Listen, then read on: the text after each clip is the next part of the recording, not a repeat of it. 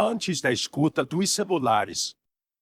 Antes dos satélites, drones e microcâmeras. Havia apenas o olho humano e o medo de ser visto. O século XVIII foi o palco da transição entre o velho e o novo mundo. Monarquias enfrentavam revoluções, impérios perdiam colônias, e a informação começava a valer mais que o ouro. Governos precisavam saber o que acontecia além de suas fronteiras, mas também dentro de seus próprios salões. Nascia ali o espião. Não era um soldado. Não era um mercador. Era algo entre os dois, alguém capaz de atravessar as linhas invisíveis do poder sem ser notado. Vestia-se bem. Falava diversos idiomas. Sabia desaparecer em multidões e reaparecer com documentos, nomes, rotas ou promessas. Às vezes, era um diplomata. Outras, um criado.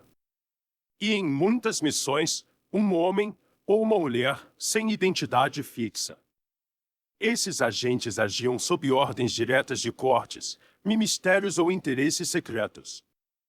A França napoleônica usava espiões para antecipar movimentos da Inglaterra.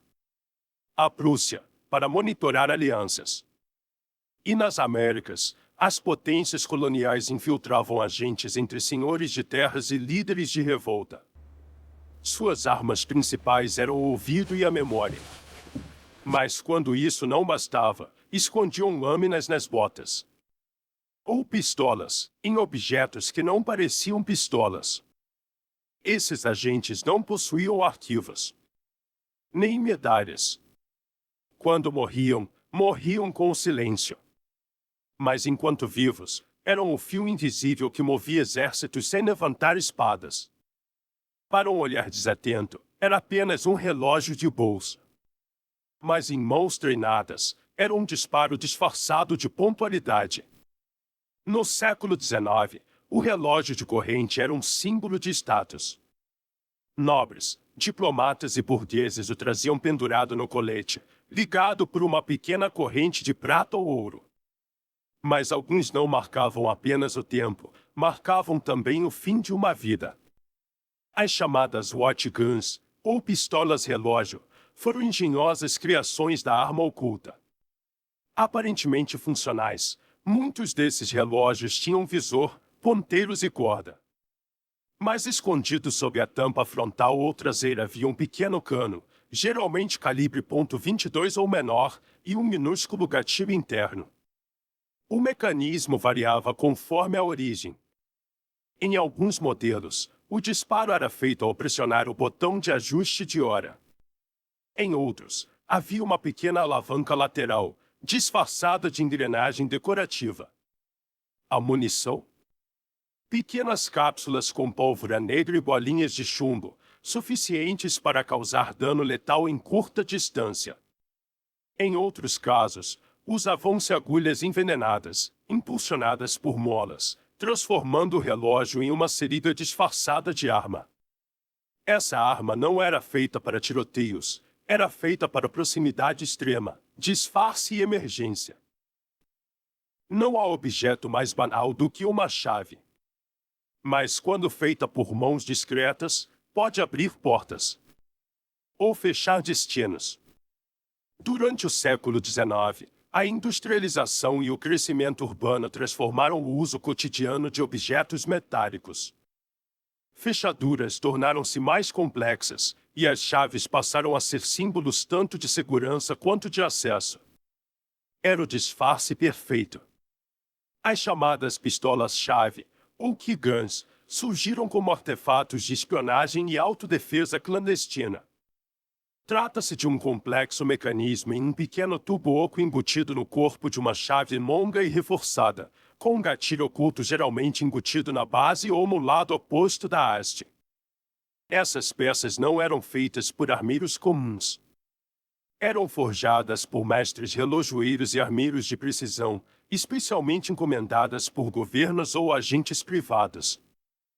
O cano era a própria haste da chave, com furo axial interno. A espoleta de ignição era posicionada em uma câmara minúscula oculta na cabeça da chave. Um sistema de percussor lateral ou por mola disparava projéteis de baixo calibre, geralmente chumbo .22 curto ou agulhas metálicas com veneno. As chaves que atiram eram ideais para prisões, consulados e fortalezas militares, onde o agente precisava manter a aparência de rotina. Há situações em que o menor ruído pode comprometer uma operação inteira. Um disparo convencional atrai atenção. Um movimento brusco aciona alarmes. Nessas circunstâncias, o espião precisa resolver o impasse sem ruídos, sem sinais, sem rastros. As pistolas de dardos foram projetadas para missões que exigiam discrição absoluta. Seu funcionamento se baseava em molas comprimidas, sem pólvora ou combustão. O agente inseriu o dardo, fino, equilibrado, com ponta sólida ou oca, e ativava o mecanismo com um toque silencioso. Em vez de explosão, havia impulso mecânico.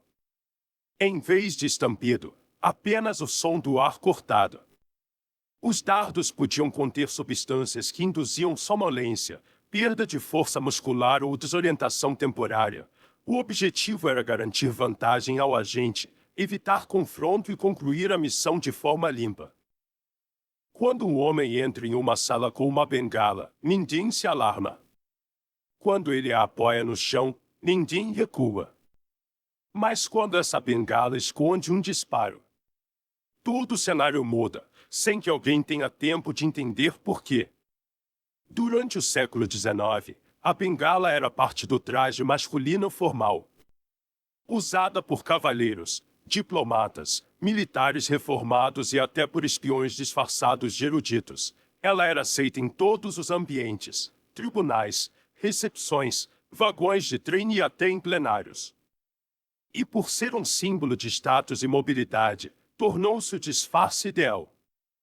As chamadas bengalas armadas ou bastões de disparo foram projetadas para acomodar, de forma completamente camuflada, um cano interno e um sistema de acionamento invisível. Durante o século XIX, a vestimenta de um homem dizia tudo. Fraque, colete, luvas, relógio de bolso e, por vezes, uma arma escondida dentro da manga. A chamada pistola de manga não era apenas uma miniatura funcional.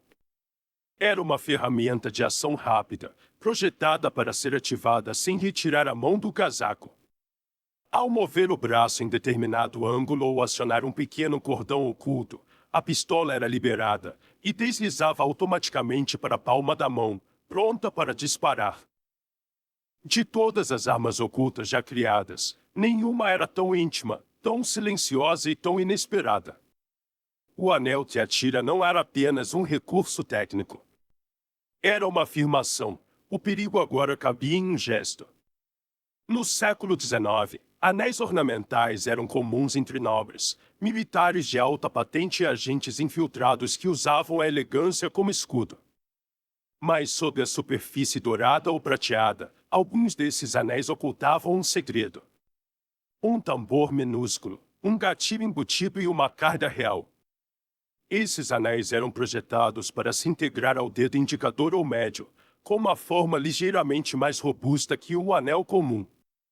O disparo só ocorria quando o dedo estava estendido e o polegar, ou o dedo oposto, pressionava o ponto exato do gatilho.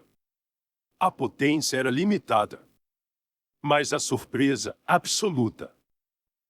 Relógios, bengalas, chaves, anéis.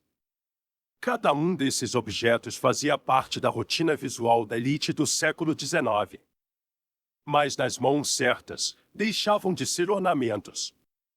Tornavam-se ferramentas de ação silenciosa, de fuga estratégica, de contenção súbita. Eu sou Simão, e vou trazer muitos outros artigos como este, apresentando a trajetória das armas de fogo portáteis ao longo da história. Fique por aqui para acompanhar os próximos capítulos, e se gostou deste conteúdo, por favor inscreva-se no canal e deixe seu like. Isso nos ajuda a continuar aprimorando nosso trabalho, oferecendo cada vez mais e melhores artigos para você.